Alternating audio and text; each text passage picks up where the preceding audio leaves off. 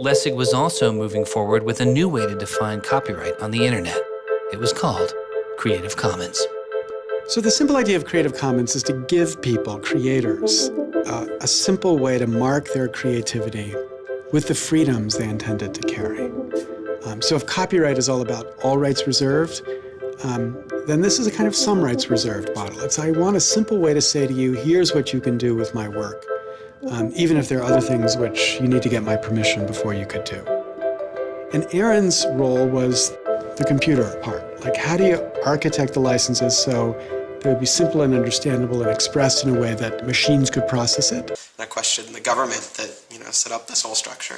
One of the things he was most passionate about was copyright, especially in those early days. When you go to choose license, it gives you this list of options, it explains what it means, and you fill out 3 simple questions.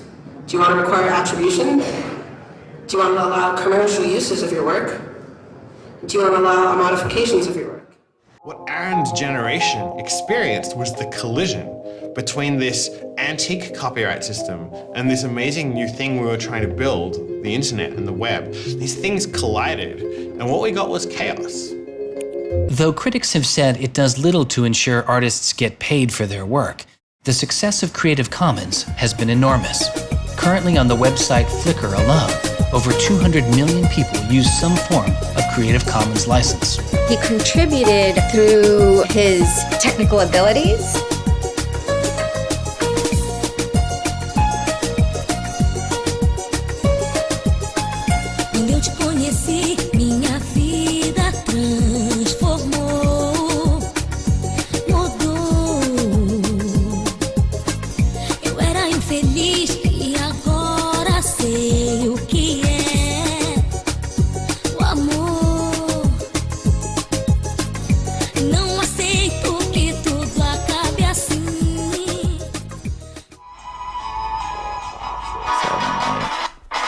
So I'll just grab any one of those, paste that into a new window.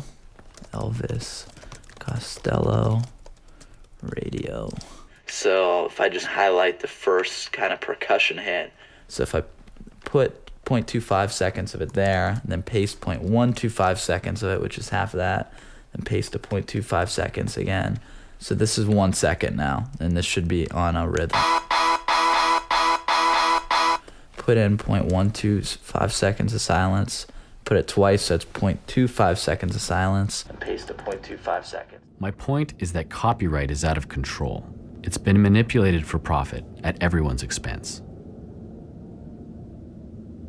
This is a global issue, so the debate shouldn't be limited to just me or a bunch of lawyers and lobbyists. Why not enlist the world's remixers to join the discussion? I've started a website called Open Source Cinema, and I put all my footage online to see what people will do with it. So far, this film has been mixed and remixed to the point where 64 university students even got together to make an animated version.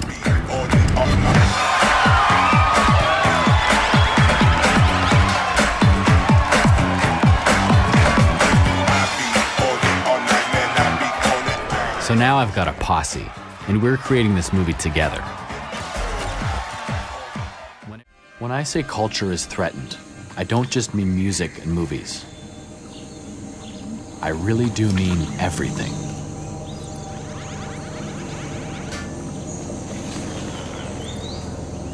The concept of intellectual property is addictive. Once you realize that ideas can be more profitable than oil or gold or even land, then there's no limit to what can be thought of as property. In 1980, the US Supreme Court ruled that living organisms could be patented. Soon after this decision, ayahuasca, a plant from the Amazon rainforest, was patented by an American entrepreneur. The plant has been used for generations by Amazonians for medicinal and spiritual practice. Now that you could patent life, the race was on. History has shown us is that what they need is a copyright law like America had in 1776.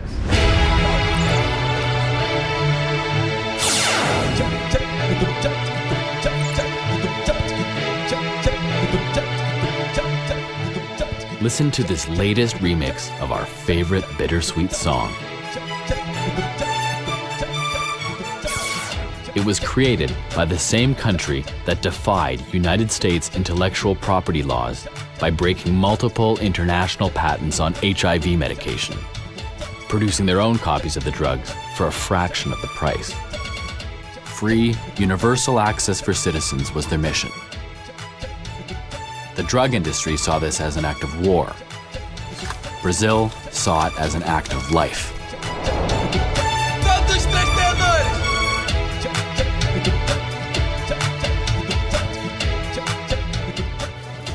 Brazil is fighting for access to drugs to fight AIDS for all its people.